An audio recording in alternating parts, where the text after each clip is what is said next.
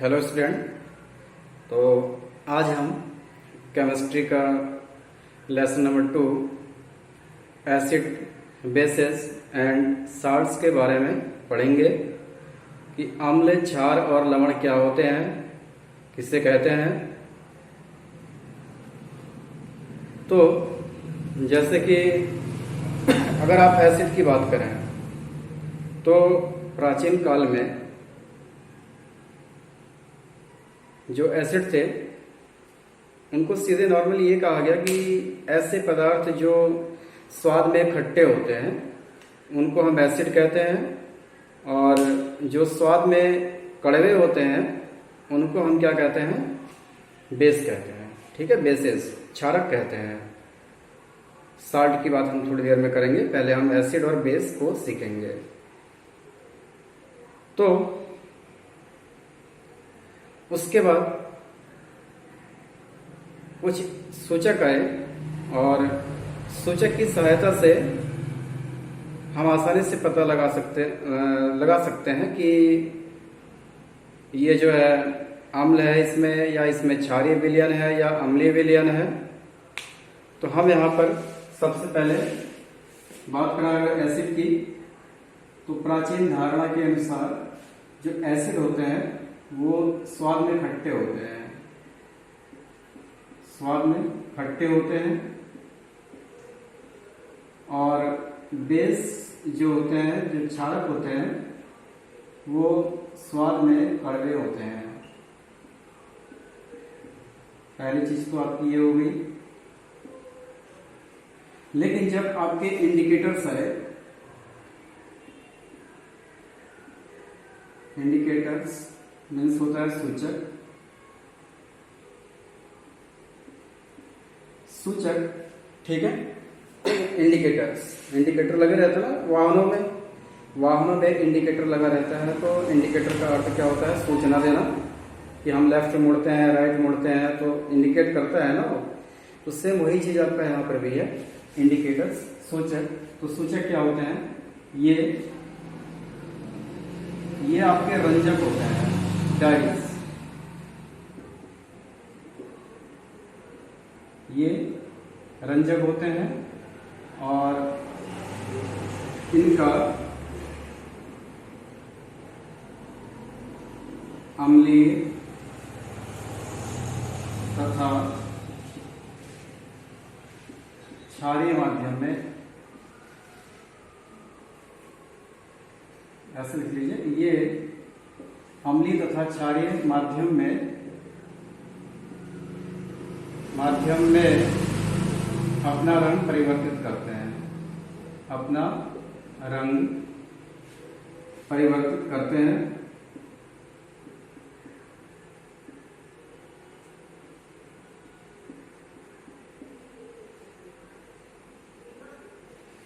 ठीक है।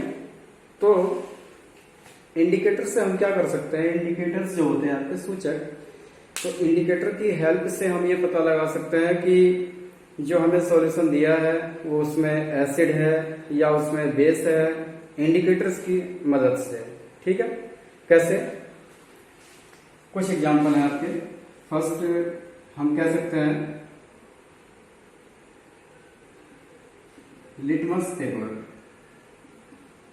ठीक है, लिटमस पेपर आपका जो होता है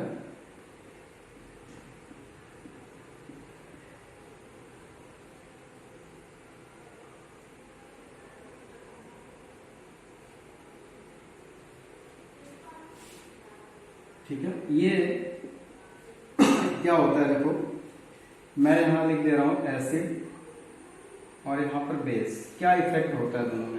ठीक है, अगर आप लिटमस पेपर है आपके पास और उस लिटमस पेपर पर आप एसिड डाल दो अगर, ठीक है, तो ये क्या करता है, ब्लू लिटमस को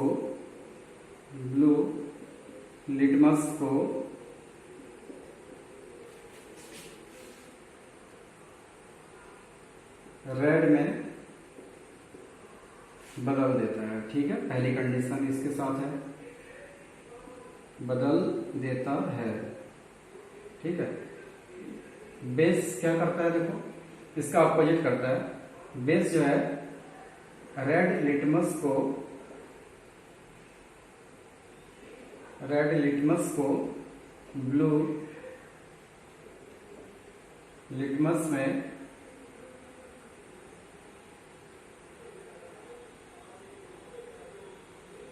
बदल देता है।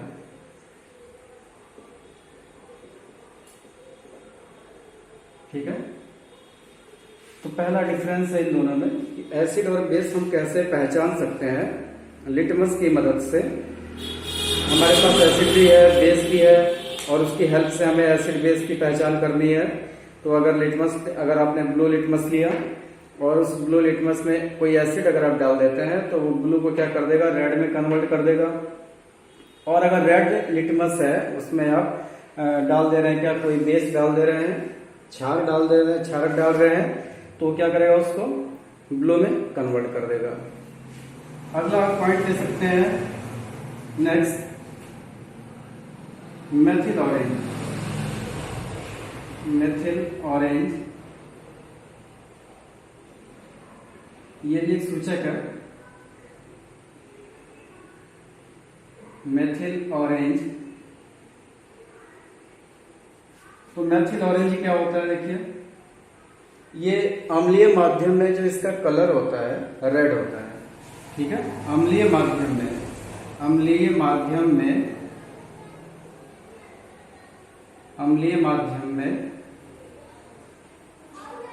Red colour.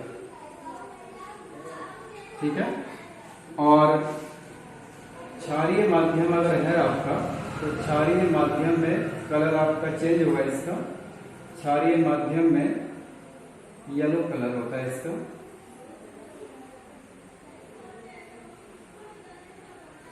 ठीक है, तो इस तरीके से हम पहचान कर सकते हैं मेथिल ऑरेंज की हेल्प से। थर्ड आप इंडिकेटर ले सकते हो क्या, फिनोल्फ्थैलीन।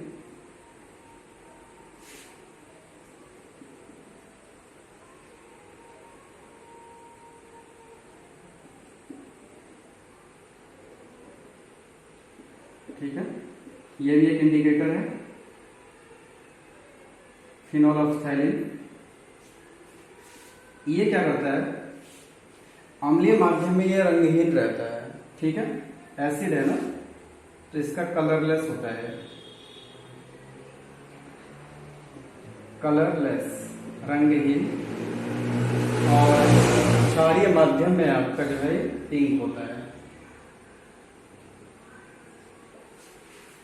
तो इस तरीके से हम पहचान कर सकते हैं बहुत इजीली कि हमारा जो इंडिकेटर्स है, इंडिकेटर की हेल्प से आप एसिड बेस को पहचान सकते हैं।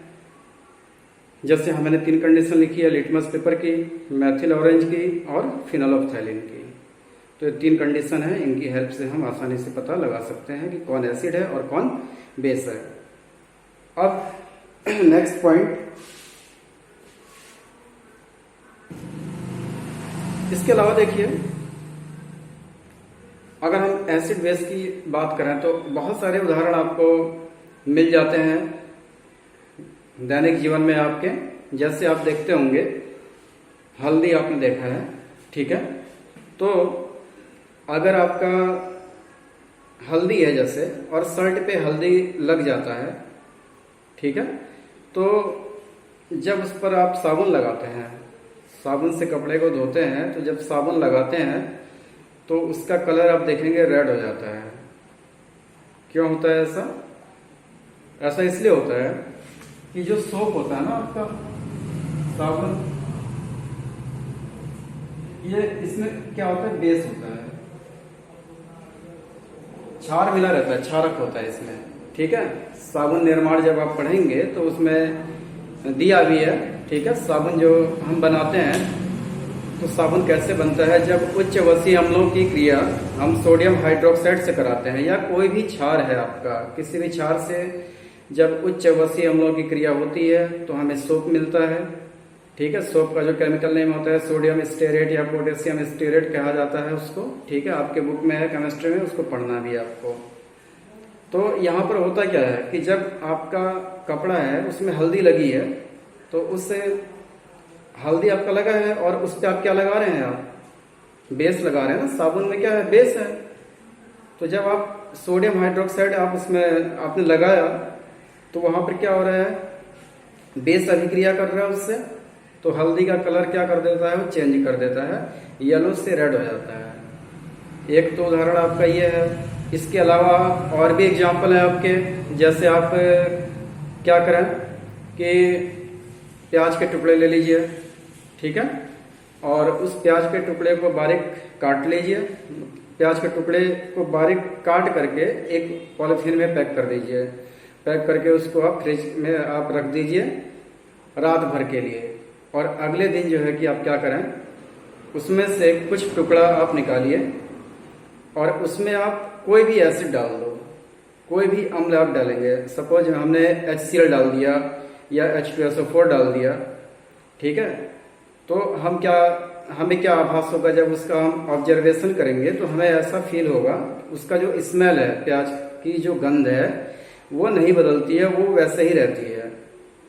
और दूसरी कंडीशन में हमने क्या किया, फिर हमने थोड़ा सा टुकड़ा लिया और उसमें हमने क्या कर दिया, कोई बेस डाल दिया, सोडियम हाइड्रोक्साइड डाल दिया आपने, ठीक है, या पोटेशियम हाइड्रोक्साइड डाल दिया।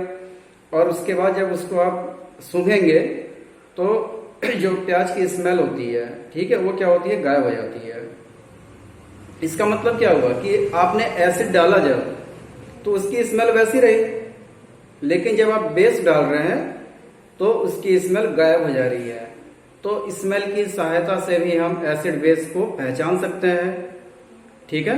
तो ये 2-3 चीजें हैं आपकी जिनसे हम पहचान सकते हैं एसिड और बेस को। इसके बाद आते हैं नेक्स्ट स्टूडेंट, इसके बाद देखिए reaction of metal with acid, ठीक है। धातु की अम्ल से क्रिया, धातु की अम्ल से क्रिया, अम्ल से क्रिया। इसका अर्थ क्या है कि अगर कोई मेटल है आपके पास और उस मेटल की क्रिया आप किसी एसिड से कराते हैं तो क्या बनता है, ठीक है, याद रखिएगा इसको हमेशा। क्या होता है, आपने कोई मेटल लिया और प्लस इसमें आप कोई एसिड डाल रहे हैं, तो हमेशा आपको एक साल्ट मिलेगा और हाइड्रोजन गैस, ठीक है, साल्ट प्लस हाइड्रोजन। तो ये चीज आपको मिलती है। कोई भी अगर रिएक्शन है आपका तो इस तरीके से आपको एक साल्ट मिलेगा, ठीक है। जैसे देखिए क्या होता है, हम एक यहाँ पर मेटल ले रहे हैं, जेड है, और कोई एसिड ले लिया आपने, सपोज हमने H2SO4 ले लिया इसको, ठीक है। जिंक की क्रिया आप किससे करा रहे हैं, H2SO4 से। तो क्या होगा इसमें, मैंने अभी आपको बताया कि मेटल की क्रिया एसिड से होती है तो साल्ट बनता है और हाइड्रोजन गैस मुक्त होती है, ठीक है। इसका मतलब यहाँ से हाइड्रोजन आपका निकलेगा ना, H2 निकल गया आपका, तो प्लस H2 जब निकल जाएगा गैस के फॉर्म में, तो यहाँ Zn बचा, यहाँ SO4 बचा आपका, आपस में कंबाइंड होकर के क्या बनाएंगे, साल्ट बनाएंगे, जिंक सल्फेट, जिंक सल्फेट, और ये आपका हाइड्रोजन गैस, ठीक है। तो इस तरीके से कोई भी जो मेटल है अगर आपका, तो मेटल की क्रिया अगर आप किसी भी एसिड से कराते हैं तो साल्ट और हाइड्रोजन आपको मिलता है। इस पॉइंट को याद रखिएगा। तो इसकी हेल्प से हम कोई भी रिएक्शन आसानी से कर सकते हैं, ठीक है। कोई भी एसिड आप ले सकते हैं, HCl ले सकते हैं, HNO3 ले सकते हैं, जो भी इच्छा हो आपकी। तो आप प्रैक्टिकली इसको कर सकते हैं, इस एक्सपेरिमेंट को। ये जो है हाइड्रोजन बनाने की प्रयोगशाला विधि है, लैब में आप इसको बना सकते हैं, ठीक है। अब इसके बाद जो है आपका reaction of metal with base, ठीक है। बेस के साथ मेटल अभिक्रिया करता है, लेकिन सारे मेटल जो है बेस के साथ अभिक्रिया नहीं करते हैं, कुछ ही मेटल होते हैं जो इसके साथ अभिक्रिया करते हैं और फॉर्मेशन सेम यही बनता है, साल्ट और हाइड्रोजन गैस देता है इसमें भी। ठीक है, तो हम यहाँ क्या करते हैं, देखिए हम यहाँ ले लेते हैं Zn, जिंक मेटल है, और कोई बेस ले लेते हैं सोडियम हाइड्रोक्साइड।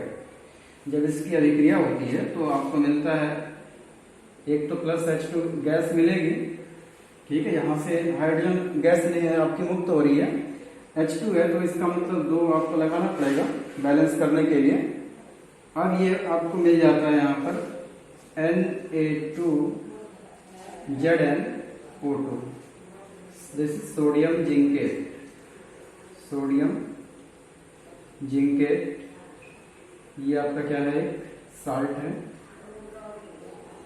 तो जिस प्रकार से आपने देखा कि जो एसिड होते हैं, ठीक है, वो मेटल से क्रिया करके हाइड्रोजन गैस और साल्ट देते हैं, उसी प्रकार से बेस जो होते हैं वो भी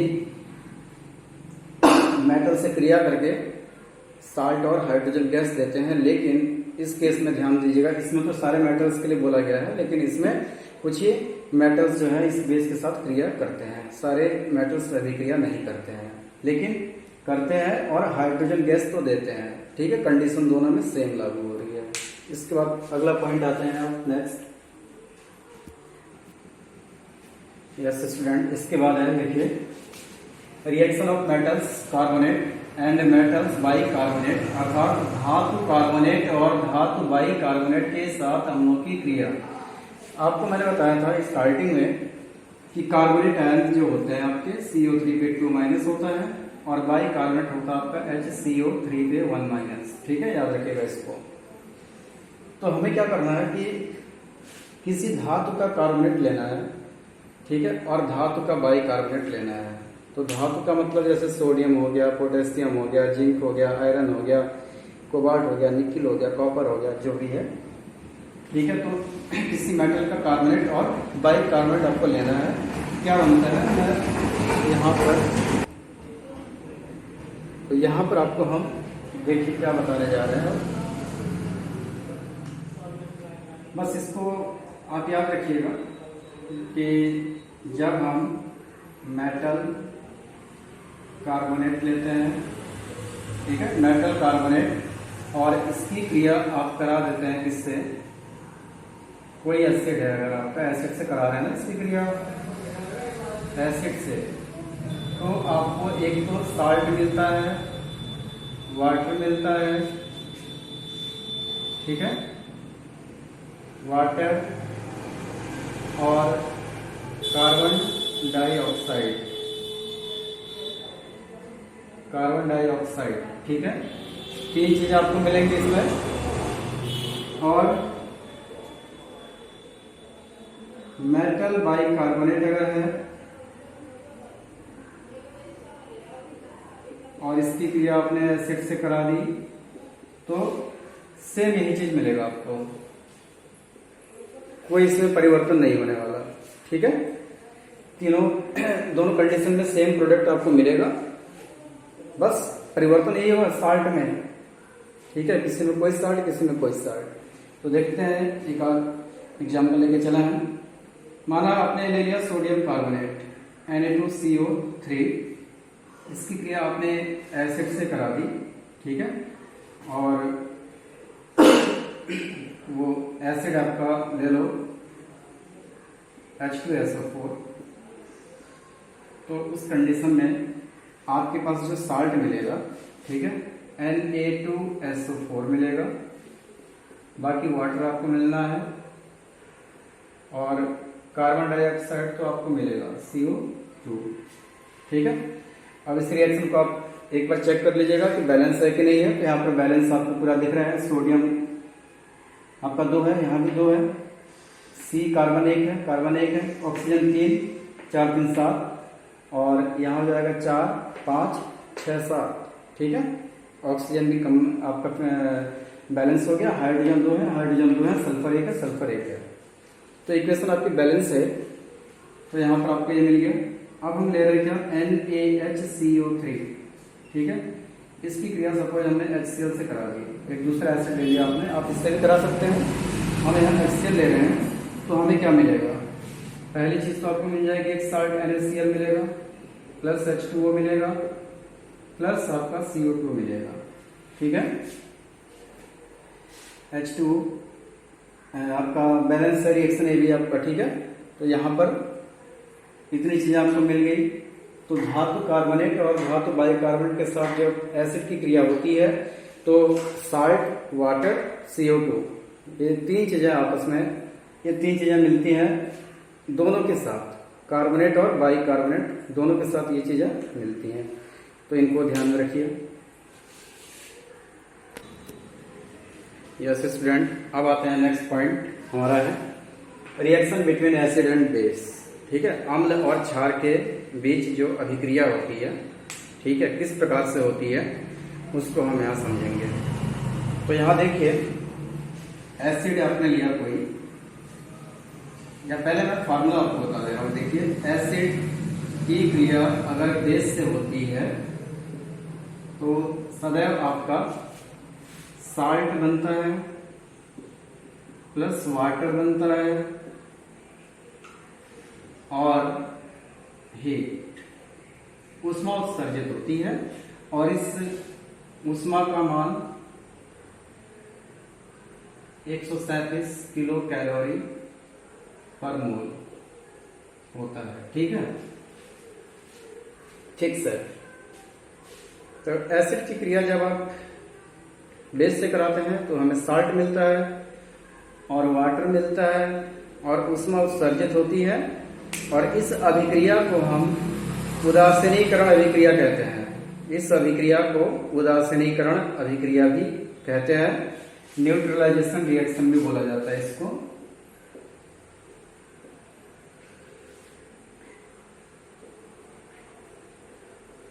न्यूट्रलाइजेशन रिएक्शन, ठीक है, या हिंदी में उदासीनीकरण अभिक्रिया।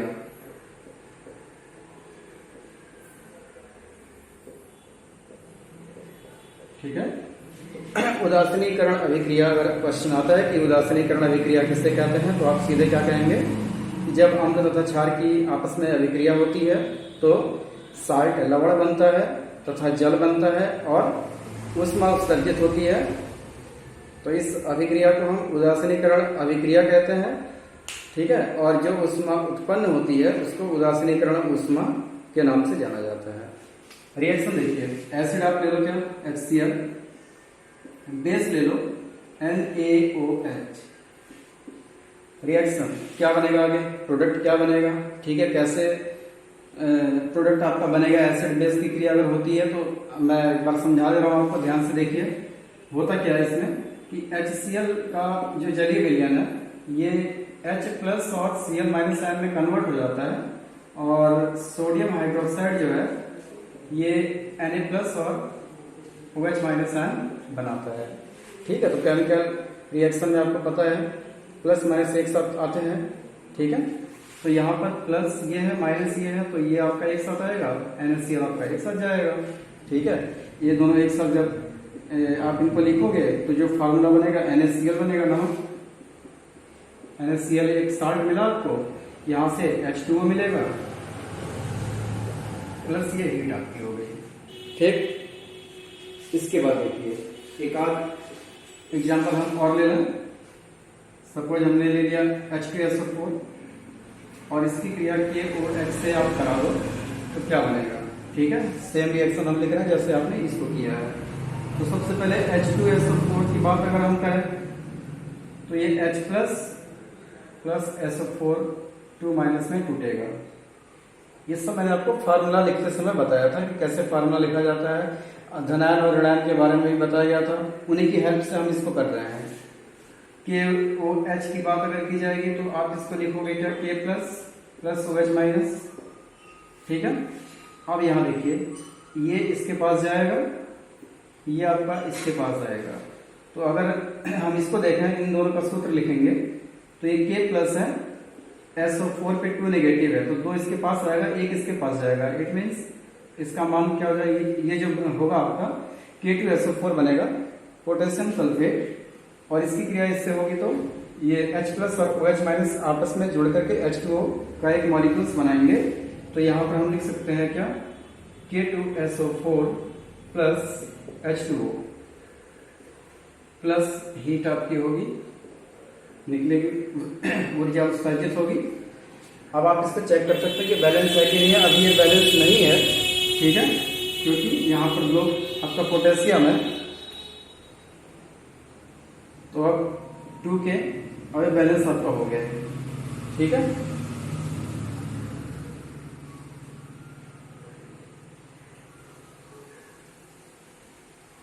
यहाँ पर आपको 2 लिखना पड़ेगा क्योंकि हाइड्रोजन आपके 4 है, 2 यहाँ पर है, 2 यहाँ पर है, 4, तो 4 यहाँ भी करना पड़ेगा, 2 ऑक्सीजन, 4 2 6 ऑक्सीजन है, 6 ऑक्सीजन हो गए।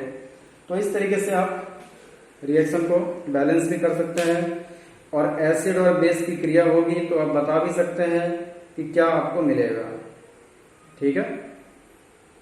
थोड़ा सा रिकॉर्डिंग में जो है गाड़ी का हॉर्न वगैरह आ रहा है तो मुझे लगता है कि आपको थोड़ा डिस्टर्ब हो रहा होगा, बट क्या करें, थोड़ी प्रॉब्लम है, इसलिए आप उसमें किसी तरह से आप उसको देखिए और कोई चीज अगर दिक्कत हो रही है तो आप हमसे पूछिएगा उसके विषय में।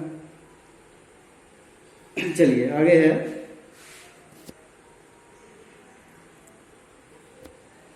इसके बाद देखिए reaction of acid with metal oxide. अगर आप कोई मेटल का ऑक्साइड लेते हैं और उसकी क्रिया आप एसिड से कराते हैं तो क्या मिलेगा, अब इसको देखते हैं हम, ठीक है। तो पहली चीज तो याद रखिएगा कि जो मेटल ऑक्साइड होते हैं आपके, ठीक है, मेटल ऑक्साइड ये नेचर में क्या होते हैं, बेस होते हैं, ठीक है, मतलब क्षारकीय प्रकृति के होते हैं, क्षारक होते हैं मान लीजिए, ठीक है, क्षारकीय प्रकृति के होते हैं, बेसिक होते हैं, इनका जो नेचर होता है बेसिक होता है। अब यहां पर हम क्या कर रहे हैं कि एसिड की क्रिया मेटल ऑक्साइड से करा रहे हैं। तो एक आपने मेटल ऑक्साइड ले लिया, कैल्शियम ऑक्साइड, और इसकी क्रिया आप करा दीजिए, या पहले मैं यहां लिख दे रहा हूं, देखो मेटल ऑक्साइड, फिर रिएक्शन देखेंगे अभी, metal oxide plus acid this equal. अब यहां ध्यान दीजिए, ये तो एसिड है, मेटल ऑक्साइड क्या है, इसका नेचर बेसिक है, इसका मतलब ये क्या है, आपका बेस है, ठीक है। तो बेस की क्रिया एसिड से हुई, इससे पहले तो पढ़ा है आपने कि अगर बेस की क्रिया एसिड से होती है तो हमें क्या मिलता है, साल्ट मिलता है, वाटर मिलता है और ऊष्मा उत्सर्जित होती है। इसका मतलब यहां पर भी तो वही मिलेगा आपको, साल्ट, फिर आपका वाटर प्लस हीट आपकी उत्सर्जित होगी, ठीक है। अब देखिए यहाँ पर एक एग्जांपल हम देते हैं, CaO कैल्शियम ऑक्साइड, और इसकी क्रिया आप HCl से करा दो, ठीक है। कैल्शियम ऑक्साइड ये बेस हो गया, ये मेटल ऑक्साइड हो गया या बेस हो गया, ये एसिड हो गया, इसकी क्रिया जब होगी तो यहाँ पर आपको मिलेगा CaCl2 calcium chloride plus H2O और प्लस हीट, ठीक है। बैलेंस कर लेंगे आप इसको, यहाँ 2 कर लो, ठीक है, CaCl2 और H2O। तो इस तरीके से आप कोई भी रिएक्शन कर सकते हैं बहुत इजीली, तो ध्यान दीजिए इस पर। इसके बाद क्या है देखिए कि reaction of basis with non metal oxide. Base की क्रिया आप करा रहे हैं, किससे करा रहे हैं, नॉन मेटल ऑक्साइड, अधातु, नॉन मेटल का मतलब होता है अधातु, ठीक है, अधातु ऑक्साइड के साथ क्रिया करा रहे हैं। तो कुछ अधातुओं के नाम आपको जानकारी होगा, सल्फर, कार्बन, ठीक है। तो हम कार्बन का ऑक्साइड ले लेते हैं, ठीक है। तो हम यहाँ लिख लेंगे, देखिए जैसे कोई बेस ले लिया आपने, मैंने यहाँ पर बेस लिया क्या, CaOH का होल ट्वाइस, कैल्शियम हाइड्रोक्साइड नाम है इसका, कैल्शियम हाइड्रोक्साइड, ठीक, और इसकी क्रिया हम CO2 से करा रहे हैं। तो ये CO2 है क्या, ऑक्साइड है, इसका कार्बन का, कार्बन क्या है, अधातु है, तो अधात्विक ऑक्साइड है आपका ये। और अधात्विक ऑक्साइड नेचर में क्या होते हैं, ये एसिड प्रवृत्ति के होते हैं, अम्लीय प्रवृत्ति के होते हैं। तो हम यहाँ देख सकते हैं कि जो नॉन मेटल ऑक्साइड होते हैं, non metal non metal oxide इनका जो नेचर होता है, ठीक है, ये कैसे होते हैं, एसिडिक होते हैं, ठीक है, मतलब अम्लीय प्रवृत्ति के होते हैं। तो इसको ध्यान में रखिएगा। जिस प्रकार से यहाँ पर मैंने बताया आपको कि मेटल के जो ऑक्साइड होते हैं उनका नेचर कैसा होता है, बेसिक होता है, क्षारीय होता है, जबकि जो अधातु के ऑक्साइड होते हैं उनका नेचर अम्लीय होता है। अब यहाँ पर क्या हो रहा है देखिए, ये तो क्या आपका बेस है, ठीक, और ये क्या है आपका एसिड है। क्यों? क्योंकि इसका नेचर क्या है, एसिडिक है। तो एसिड और बेस की क्रिया हुई, फिर आपका कौन सा अभिक्रिया हो गया, उदासीनीकरण अभिक्रिया फिर आ गया ना आपके पास। इसका मतलब साल्ट बनेगा यहाँ पर, और यहाँ पर जो साल्ट बनेगा क्या बनेगा, CaCO3। बस आपको करना क्या है, इसमें वाटर को आप अलग कर दो इसमें,